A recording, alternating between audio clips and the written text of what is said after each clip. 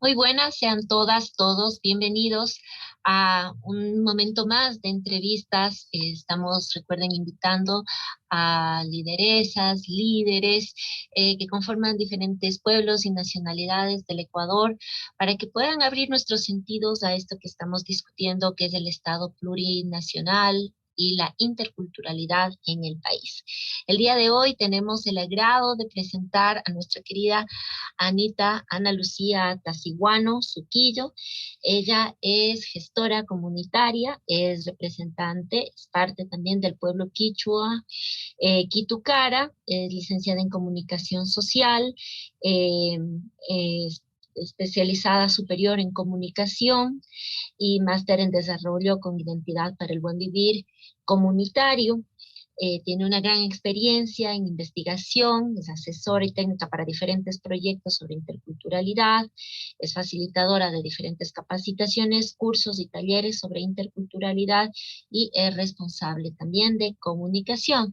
Ha sido coautora y autora de una serie de investigaciones, proyectos, libros que precisamente hablan sobre las voces de la interculturalidad, la territorialidad y gobernabilidad indígenas, los saberes ancestrales y artículos como la preservación cultural indígena para el catálogo de la Escuela Indígena de las Artes y los medios de comunicación. Así que agradecemos mucho a Anne por su tiempo, por acompañarnos el día de hoy. Qué gusto. Muchas gracias a ustedes por este espacio y bueno, en lo que podamos compartir estoy a la orden. Gracias Muchas gracias. por la invitación. Gracias, Ana. Vamos a empezar con un texto del que usted también fue entrevistada para este texto de Julián García, donde él expone, dice que la autodeterminación del pueblo Quitucara lleva consigo una reconstitución organizativa, una indagación histórica y la puesta en valor de un sistema alternativo al municipio de Quito. Cuéntenos por qué. Bueno, el repensarnos como pueblos originarios en realidad surge primero por unas demandas muy propias, ¿no? De las comunas y comunidades que estamos alrededor de Quito, sobre todo en el tema del territorio, cómo nuestras comunas han sido prácticamente transformadas en espacios de expansión de conjuntos habitacionales o como botaderos de basura o como espacios de la ruralidad para establecer quizá comercio, proveedores para mercados, ¿no? Para mercados de comida, para mercados de productos, pero no ha habido una reciprocidad histórica respecto a fortalecer esos espacios de la ruralidad.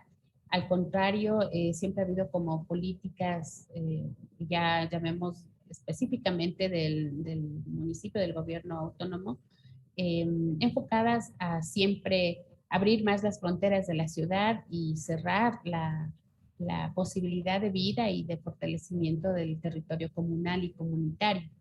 Entonces, a la luz de estas diferentes demandas, ¿no? De varias comunas y comunidades del norte, la lucha por el páramo, por ejemplo, en las comunas de Pinta, toda esta introspección de o intervención de las compañías extractoras de material pétreo en la zona de Pomasqui, San Antonio, donde hay comunas ancestrales y hay sobre todo un paraje muy importante como Rumicucho, como Catequilla, asimismo todos los espacios de la zona noreste que han estado siempre acompañando con mucha más influencia de la zona y de los pueblos Cayambe, Otavalo, siempre hemos estado unidos en el tema de las marchas y movilizaciones.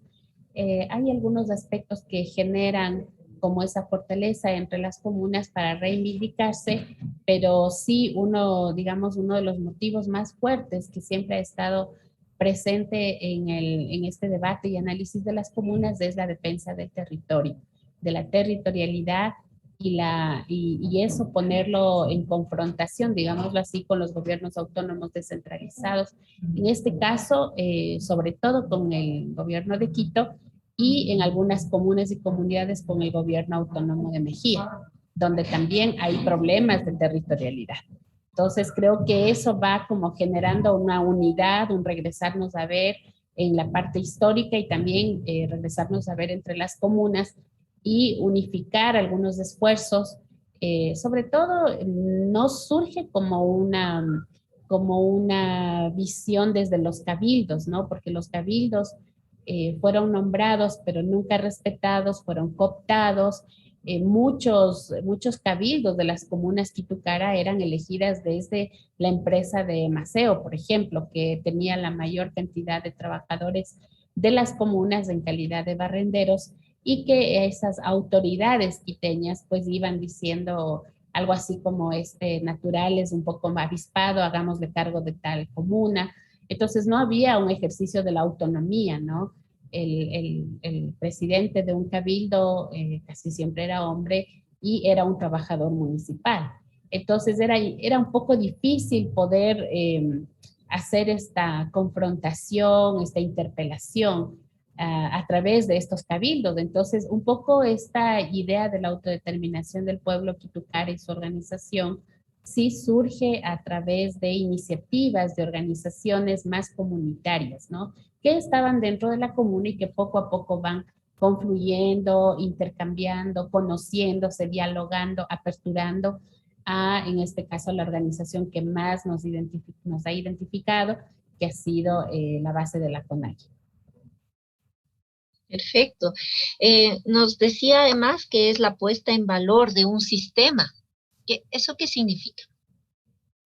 El momento en que empezamos a articularnos, ¿no? En el caso específico de mi comuna, Llano Grande, se empezó a articular mucho, por ejemplo, con Lumbicí, con la zona de San Antonio. Entonces, un poco viendo también como dos realidades distintas, San Antonio, una zona totalmente seca, minada en el material pétreo, con una total, incluso enfermedades, ¿no? Producto de este polvo, con familias que emigraban desesperadamente de esos lugares porque era invivible, pues vivir así en el polvo, en la sequedad, no daba ya el maíz, que es el alimento central de nuestras comunas, y la zona del Lumbicí con esta abrupta invasión de los proyectos mobiliarios, pero de alta gama, ¿no? O sea, no era que venía, por ejemplo, en la zona de Calderón Carapungo, es la vivienda popular, son programas de vivienda popular, pero en la zona del Lumbicí, Tumbaco, eh, siempre fue una zona para viviendas de la clase más beneficiada de este país. Entonces, prácticamente había una total omisión, desconocimiento de la existencia de familias ancestrales, de una vida por lo menos comunitaria en los sentidos, no sé, de aniversarios, de festividades, de encuentros a pretexto de estos sincretismos. Entonces, al empezar a conversar entre las comunas, de encontrarse, se comienza a gestar una necesidad de crear sistemas organizativos. Nosotros teníamos y tenemos hasta el momento la referencia de cómo se va haciendo el sistema organizativo de las bases de la CONAIE, que van desde de la organización comunitaria o el cabildo, la unión de cabildos, la unión de parroquias, y eso subiendo hacia una organización provincial y luego una organización regional. Entonces, un poco empezamos a unarnos en los esfuerzos con, en ese tiempo era la Federación Pichincha Richarimi, que aunaba a organizaciones del pueblo, que ahora es Confederación del Pueblo Cayambi, y algunas uniones de organizaciones de comunas y de parroquias de aquí, del Cantón Quito, y también de la zona de Mejía, ¿no? Entonces va como generándose ya este debate con base a una defensa, ¿no? Y se crea un sistema organizativo que, si bien es cierto, aún todavía no participaban directamente los cabildos, estaba pues fomentándose ya con organizaciones comunitarias de jóvenes, culturales, organizaciones de mujeres que pues estaban preocupados por esta situación y empezaron a unir esta lucha. Uh-huh. Cuéntenos, usted nos ha mostrado la importancia del territorio. ¿Qué es el territorio? es la casa de los pueblos, ¿no? La casa donde se puede preservar no solo la vida individual, sino el poder tener una vida comunitaria, una vida donde se pueda hacer relaciones de familias, tanto nucleares como ampliadas, donde se pueda tener la capacidad de establecer mmm, algunos símbolos, complementos, donde se gesta la parte espiritual, la relación con la madre tierra.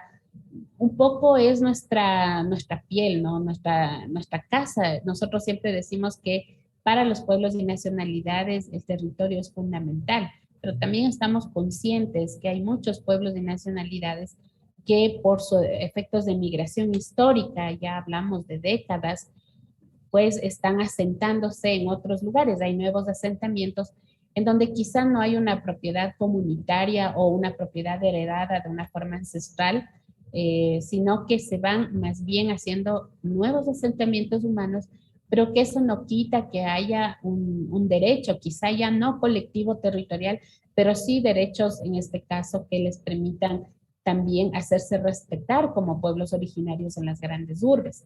Ahí hay un debate o una posición desde las organizaciones de pueblos y nacionalidades de hablar de las territorialidades, que son espacios de confluencia, tal vez no esporádica, sino periódica, que les permita fortalecer estos elementos que lo hacen suyo desde su pueblo nacionalidad.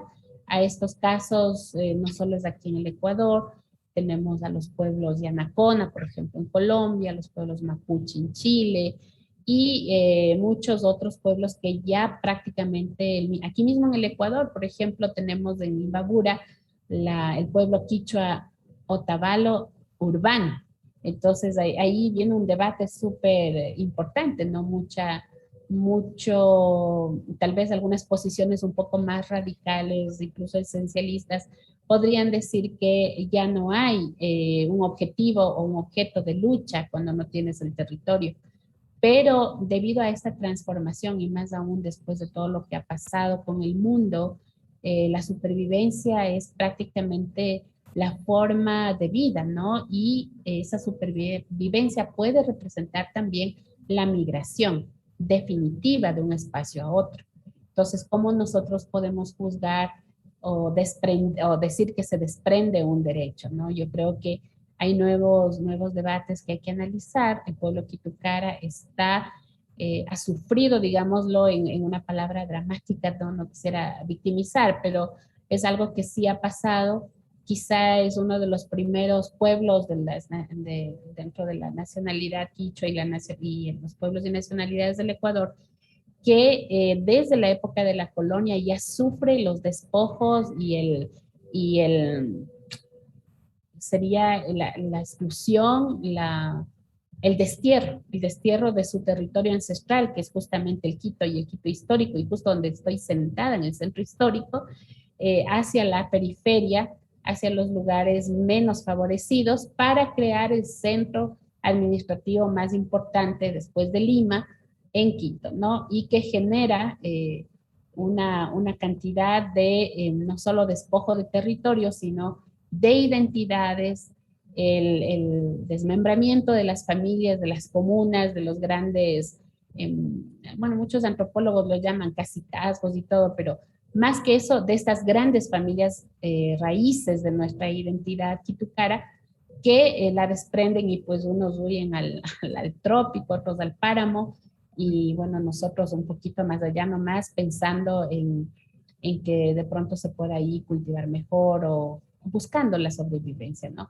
Entonces a nosotros ya nos pasó inmediatamente eso, nosotros tuvimos que no interculturalizar, porque eso sería igualdad de condiciones, sino sufrimos varias generaciones de una cooptación total, una anulación de muchos de los elementos ancestrales nuestros, y ahora en este proceso que tuvimos un poco devastador como pueblo quitukara, viene como desde la época de los 70s, realmente desde los 70s en las comunas, y luego de los 90s ya confluyéndonos como pueblos y nacionalidades, a generarse una nueva fuerza para este empoderamiento, ¿no? De nuestra identidad y de nuestra lucha. Muchos, muchos historiadores nos han calificado el caso del pueblo Quitukara como un fenómeno de etnogénesis. Y bueno, puede ser visto así desde afuera. Podemos seguir siendo objetos de estudio, eso no va a cambiar, lamentablemente. Cuando te miran desde afuera te juzgan desde la forma, ¿no? Desde las suposiciones. Pero nosotros desde adentro no consideramos que sea una invención de un pueblo, ¿no? Sino que consideramos que hay una reivindicación y basada en los temas territoriales, sobre todo, y basadas en el respeto a nuestra identidad, porque este pueblo, como todos los pueblos y nacionalidades del Ecuador, también han sufrido y siguen sufriendo una discriminación constante. Eso es algo que no se erradica. Entonces, no estamos nosotros a pretexto de aparecer políticamente habernos confluido. Nosotros antes del levantamiento del 90 ya tenemos procesos de lucha en varias comunas y comunidades con estrategias mucho más incluso directas que las que ha planteado el movimiento indígena en los últimos años.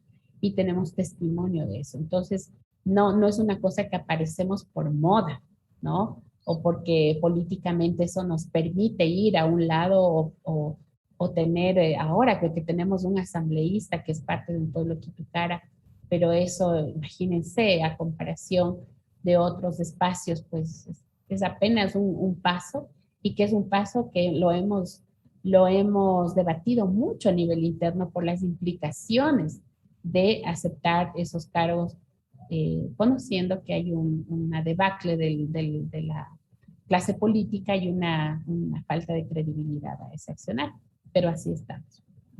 Precisamente eso es interesante, el ejercicio de poder. Entendemos que hay una forma de ejercicio de poder en los territorios, que usted nos había contado que se ha estado constituyendo incluso antes de los años 90, pero también hay una intención, un deseo claro, además legítimo siempre, de participar de las lógicas del Estado. Cuéntenos cómo se desarrolla esto, cómo se trabaja, digamos, en aparentemente dos mundos diferentes de lógicas de poder, de lógicas organizativas territoriales. ¿Cómo trabaja el pueblo Quitukara? Creo que hay que empezar indicando que a nivel de pueblos y nacionalidades, la lucha histórica ha sido por los derechos, ¿no? O sea, por el reconocimiento y la implementación de los derechos colectivos. Entonces, cuando nosotros estamos haciendo esa lucha, ese posicionamiento, estamos prácticamente indicando que queremos ser parte de ese Estado por derecho y con nuestros derechos. Entonces, en ese sentido, como nosotros decimos, la subida va con mochila incorporada. O sea, tenemos que, además de proponer, no damos por hecho que van a entender esa proposición. La declaración del Estado plurinacional e intercultural tuvo que pasar 10 años en oposición, en posiciones opuestas, unas muy discriminatorias, otras muy esencialistas, acusando al movimiento indígena de que nosotros lo que queríamos era un Estado dentro de otro Estado. Tuvo que pasar mucho tiempo y muchísimos procesos para que se entienda que el movimiento indígena lo que buscaba es el respeto a su ancestralidad y a sus derechos consuetudinarios, y que eso puede ser parte, puede apoyar, puede complementar el derecho en general del Estado. Sin embargo, al haber esta falta de comprensión, viene un choque, ¿no? Y básicamente por intereses de toda índole, ahí sí del poder, ¿no? Del ejercicio del poder dentro del Estado, se asume a un Estado intercultural y plurinacional sin mayor debate y sin mayor compromiso del Estado, solo un aspecto declarativo. Pero sin embargo, los pueblos y nacionalidades, asumiendo esa existencia de esos derechos a nivel constitucional, empiezan a solicitar el ejercicio, ¿no? A demandar el ejercicio desde su propio accionar. Y en el caso del pueblo Quitukara, en realidad, como volviendo a la historia, este es el centro administrativo, el primer centro administrativo que se forma, es prácticamente romper un modelo de cientos de años, en donde los pueblos y nacionalidades, y específicamente los indígenas de Quito, eran únicamente la base de servidumbre, ¿no? No se puede hablar con la servidumbre en un centro tan representativo de lo colonial, ¿no es cierto? De la sangre española, del orgullo de la sangre española, donde se aplaude el haber tenido esta herencia de sangre española porque mejoró todo.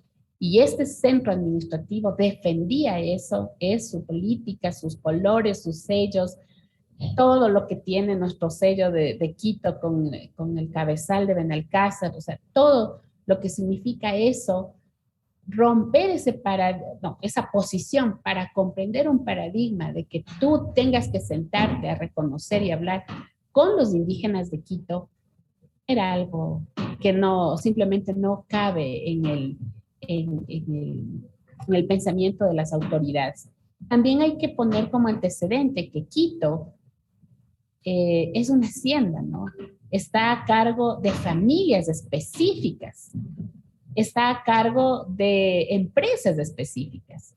Entonces, Quito no, los rangos de poder quizás se rompieron un poco desde la época de Barrera, tal vez, no sé. Pero antes de eso, Quito tiene familias y aliados de familias que debían estar dentro de lo que se supone es la ciudad. Y muchos de ellos son escritores que desconocen o que omiten en sus escrituras y que además son historiadores reconocidos, que omiten en sus escrituras la existencia de indígenas en Quito, ¿no? Ellos son los primeros que ponderan o que bajan la teoría del padre Velasco, por ejemplo. El padre Velasco no es que viene con una idea, o sea, nosotros también podemos criticar, como pueblos originarios podemos criticar, pero nosotros, porque somos los originarios. En el caso de los historiadores, comienzan a acabar con las crónicas del padre Velasco y luego además juzgan y dan por sentado que Quito en realidad surge con el pueblo colonial. Entonces, ese pensamiento se traslada hasta el nivel tramitológico operativo de lo que significa su gobierno autónomo, ¿no? Entonces nosotros muy inocentemente en un primer aspecto y luego ya muy fundamentadamente empezamos a solicitar la implementación de los derechos, ¿no? Que nos corresponden como comunidades dentro del ejercicio de nuestro territorio, de nuestra cultura, que no es de escenario, sino qué es la cultura para los pueblos Quitucara, qué es el territorio, qué significa gobierno comunitario, qué es el cabildo, cuáles son las relaciones que se deben tener entre los cabildos y el cabildo quiteño. Y resulta que fue un diálogo muy difícil. En el 2015 empezaron estas primeros acercamientos totalmente insospechados. Escuchamos palabras muy duras en estas reuniones, posiciones muy racistas, muy discriminatorias, pero no nos dimos por vencidos. Nosotros nos agarrábamos, digamos así, de alguna de las posibilidades que te da la Constitución, y empezábamos a trabajar propuestas. Empezamos el 2016, logramos sentarle al alcalde de Quito y que podamos hacer un proceso de propuesta en 4 o 5 temas muy importantes que se generó la agenda del pueblo Quitucara para el municipio de Quito. ¿Cómo lo hicimos? Y eso fue algo muy importante. Nosotros no hicimos a través de expertos o dejamos que contraten unas consultorías de expertos, sino que les dijimos que vamos a tomar casos reales de las comunas, vamos a sistematizar, categorizar, identificar cuáles son los problemas y vamos a ir sobre esos casos buscando alternativas. Una vez que presentamos el caso crítico, problema de tierra, problema de cultura o cualquier tipo de problema, cómo el municipio lo resolvería con base a la Constitución. Entonces, eso fue un ejercicio y una escuela de aprendizaje para ellos, para nosotros también mucha paciencia, y con algunos aliados estratégicos logramos generar con base a eso, hay unos documentos muy importantes, muy históricos, sendos archivos digitales, registros fotográficos, audiográficos y todo lo demás, de audios y todo, que nos permiten corroborar que lo que nosotros hemos planteado en la agenda es producto de una demanda real, no de un estudio únicamente académico o investigativo de fuentes no secundarias, sino que fuimos a hacer un trabajo de campo, hablamos con los cabildos. Para esto, el pueblo Quitucara fue tomando mucha fuerza y tuvo mucha participación ya de los presidentes de los cabildos, lo que generó un mayor empoderamiento. Hasta ahí. Muy interesante. Y en ese sentido, digamos, es que se plantean autoridades comunitarias. ¿Cuál es el ejercicio explícito de las autoridades comunitarias actuales?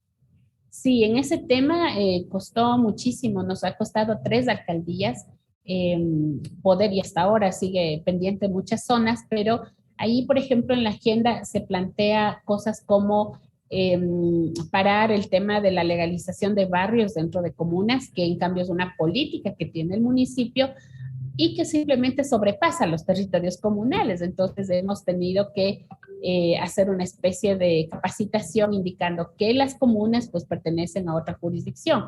Entonces eso ha sido un diálogo fuerte. Muchas zonales ya están aplicando, o sea, ya están parando de legalizar barrios que estén cerca, incluso los que estén cercanos a las comunas.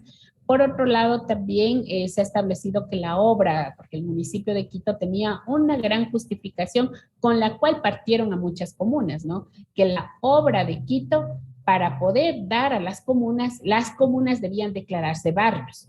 Y ahí sí hacían valer que como son comunas, ellos no pueden entrar en la jurisdicción. O sea, solo para dar obras no podían entrar en la jurisdicción, pero para todo lo demás estaban, pero ahí para no dejar que se haga nada dentro de lo que supuestamente ellos habían hecho como obra. Entonces, ahí nosotros también empezamos a sostener que una herramienta práctica es que nada de las obras que se hagan en las comunas se hagan sin, o sea, todas las obras tenían que tener avales de la asamblea comunitaria y registrados por el cabildo, ¿no? Entonces, de esa manera ya empezó también los cabildos a tomar fuerza y a tener un diálogo más un poquito más en igualdad de condiciones con, en este caso, los administradores zonales. Y a nivel ya político, a nivel de incidencia política, nosotros manteníamos periódicamente reuniones de todos los presidentes de cabildos, de los que pudieran, si venían 30, estábamos 30, si venían 40, 50, con el alcalde. Y el alcalde a su vez llamaba a todos sus secretarias para poder para que den las respuestas a las demandas. Era algo así como un monitoreo, un seguimiento del cumplimiento de la agenda. Lamentablemente el municipio, como está en este momento, no hay una estabilidad, a pesar de que ya está un nuevo alcalde, no hay una estabilidad, están las cosas retomándose. La agenda del pueblo Quitucara tenía una vigencia hasta hace un año, entonces nosotros también estamos replanteando eso, viendo cuáles son los otros temas que podríamos plantearle a un alcalde que, bueno, en realidad sí no nos motiva a hacerlo en este momento porque el tiempo ya prácticamente falta poco para las nuevas alcaldías. Y por otro lado, en serio que los funcionarios públicos de todo nivel de la alcaldía han quedado un poco débiles y no quieren asumir ninguna decisión. Es muy difícil lograr aprobación de obras, lograr que transiten los temas de inversión, sobre todo. Hay mucho cuidado, no lo quieren asumir, demora mucho más de lo que ya es demorado, mismo el municipio está demorando más. Entonces, un poco como que hemos parado el tema con la relación del municipio en estos precisos momentos, pero en el tema de catastros, ahí sí hemos estado tratando de que se comprenda y se entienda lo que es, en este caso, la categoría de territorio comunitario. De hecho, ya hay un código para poder ingresar y ahí viene el otro problema, que es el que las comunas podamos registrar nuestros territorios dentro de esa categoría, porque ahí sí no hay límites, no hay documentos, pero sí hay documentos muy antiguos, entonces es todo un trabajo que tienen que hacer los cabildos. En el concepto que nos decía sobre territorio, la salud parece ser central. Cuéntanos cómo funciona el tema de la salud ancestral en un territorio como el de Quito. Bueno, nosotros seguramente somos muy saludables, hablo de las generaciones anteriores, ¿no? Para eh, haber soportado ser prácticamente los barredores de toda la sociedad de Quito, el contacto directo con basuras, en ese tiempo no había eh, para nada, pues la discriminación de basura, por ejemplo, peligrosa, hospitalaria, yo qué sé, más las basuras de las casas, más de esta cultura heredada de estas grandes familias del medioevo europeo, donde todo era aparente, pero nada limpio. Y así nuestros abuelos y abuelas han soportado su salud, han soportado esta discriminación, esta constante desprecio que ha habido, ¿no? Porque pudieron haber dado otro tipo de encargos, pero para eso servimos en ese tiempo histórico.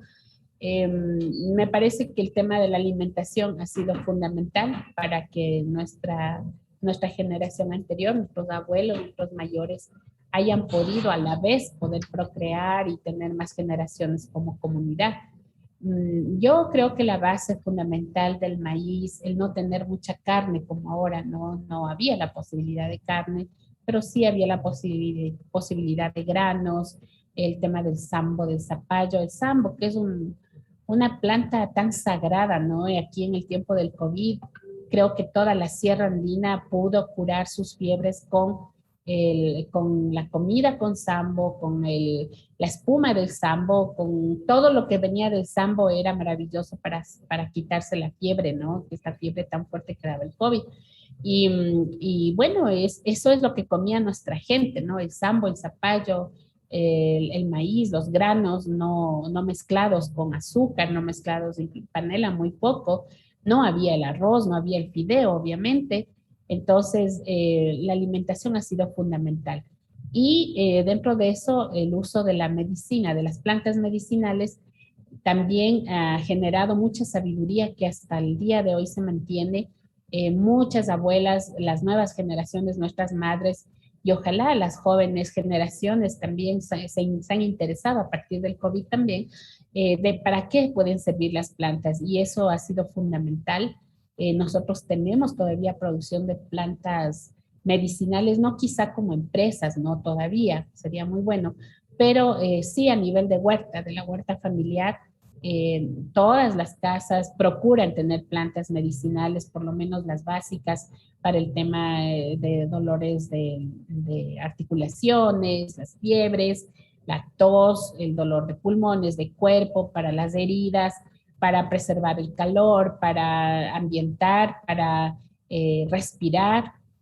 Todas estas tipos de plantas que siempre han dado en nuestra comunidad están todavía por eso luchamos, ¿no? Porque cuando se venga la frontera urbana, prácticamente sí hemos perdido como 2 o 3 plantas propias de nuestra comuna que ya no hay, por ejemplo, la jícama, que es la manzana dulce de la tierra, eso ya creo que nadie tiene, o si lo tiene es, pero un tesoro, ¿no? El frijol de árbol, el frijol de palo que se llama, que era muy tradicional, no, ya no lo hay. Eh, También algunas plantas que son curativas para la fiebre, que los usaban las parteras, eso también está perdiéndose, ¿no? Y yo creo que parte de esta defensa territorial, cuando hablamos de defensa territorial, no es solo mi espacio, mi terreno, sino esta posibilidad de seguir viviendo sanamente, de manera principal, sanamente, y con la capacidad de poder dialogar en armonía, sin interferencias, sin inseguridades, sin jerarquías, sin dominaciones, sino como es nuestra vida, o sea, circular, conversando, haciendo reuniones, yendo a las mingas, decidiendo cosas en grupo, defendiendo si hay un tema ofensivo a la comunidad, disfrutando las celebraciones, las festividades, haciendo las comidas, vendiendo lo que queremos, curándonos entre nosotros. O sea, esa es una vida comunitaria. Eso se rompe cuando comienza a haber una intervención ya de otros aspectos, ¿no? De otras políticas que van a implementar. La seguridad en el tema de las comunas está en un alto riesgo. Si usted revisa las noticias, la mayoría de robos de autos es en la zona de Calderón. Entonces, eso hay que tomar en cuenta que no debería pasar justamente por estas políticas que no están de acuerdo, no tienen pertinencia territorial. Para cerrar, Anita, aunque es muy rica esta conversación, quisiéramos profundizar más, pero ya para ir cerrando, quisiéramos saber, desde su opinión, desde su punto de vista, desde su lucha, su trabajo, ¿es posible el Estado, bueno, está escrito en la Constitución, el Estado intercultural y plurinacional? Pero cuéntenos usted si piensa que esto se efectiviza, si algún día se va a efectivizar la idea de la interculturalidad y la plurinacionalidad como un reconocimiento legítimo dentro del Estado. Reconocido está, ¿no? Y ese reconocimiento es legítimo. Lo que tiene que superar o el desafío que tiene el Estado ahora es en la implementación sin temas discriminatorios. Es que para el poder, que siempre ha sido blanco, ha sido patriarcal, ha sido de clase, no le cuesta asumir que tenga que sentarse a debatir los problemas del Estado, a buscar soluciones para el Estado con los otros, ¿no? Con esos otros que siempre fueron su servidumbre, que siempre fueron sus subordinados, sus tutelados, sus protegidos. Entonces, eso tiene que pasar mucho más tiempo. Yo creo que nosotros, hablo de nosotros como generación, no lo vamos a ver, pero debemos marcar esas convicciones y esas luchas porque nuestros hijos sí lo van a seguir luchando. De hecho, viven y conviven con nosotros en nuestra lucha. El mantener la identidad y la cultura indígena no es solamente las formas, ¿no? Parte también de ser consciente y sensible de una lucha que va para todos, desde nosotros hacia todos. El Estado plurinacional e intercultural en pequeñas localidades, en las comunas y comunidades, sí hay una vida pluricultural plurinacional e intercultural, porque estamos haciendo respetar nuestros derechos, estamos viviendo bajo nuestras propias normas y estamos conversando con los otros que van llegando a las comunidades sin violencia. Por eso nosotros nos recibimos cuando salimos de nuestra localidad. Ahí es el problema. Entonces, el término de discrimen, de racismo, debe salir de este espacio, pero lo vimos hace 8 días, ¿no? El presidente le llamó al presidente de la CONAIE. Y la CONAIE lo pensó mucho antes de aceptar. Entra el presidente Leonidas Issa y lo empuja, lo maltrata. Más tarde entran los personeros de la izquierda democrática y nadie los toca. Entonces, no estoy hablando de memoria, no estoy hablando desde la revictimización, no estoy hablando desde la lástima. Estamos hablando con pruebas, con cosas tangibles que están pasando dentro del pensamiento discriminatorio. Entonces, eso es lo que nosotros luchamos y no les gusta. A nosotros tampoco nos gusta desgastarnos tanto tiempo y tantos años en eso, pero lo vamos a seguir haciendo, porque tenemos muchos hijos que siguen pariendo en nuestras comunas y comunidades. A ellos les vamos a dejar un espacio mejor. Que así sea, Ana, que así sea, y para eso también estamos aquí, para poder aportarnos, apoyarnos, comunicarnos, aprendernos. Muchas gracias por su tiempo, por su espacio, muy valiosas sus palabras, y pues de parte de nuestros estudiantes también le agradezco de corazón. Gracias, Ana. Muchas gracias. Que tenga un muy buen día. Gracias. Hasta luego.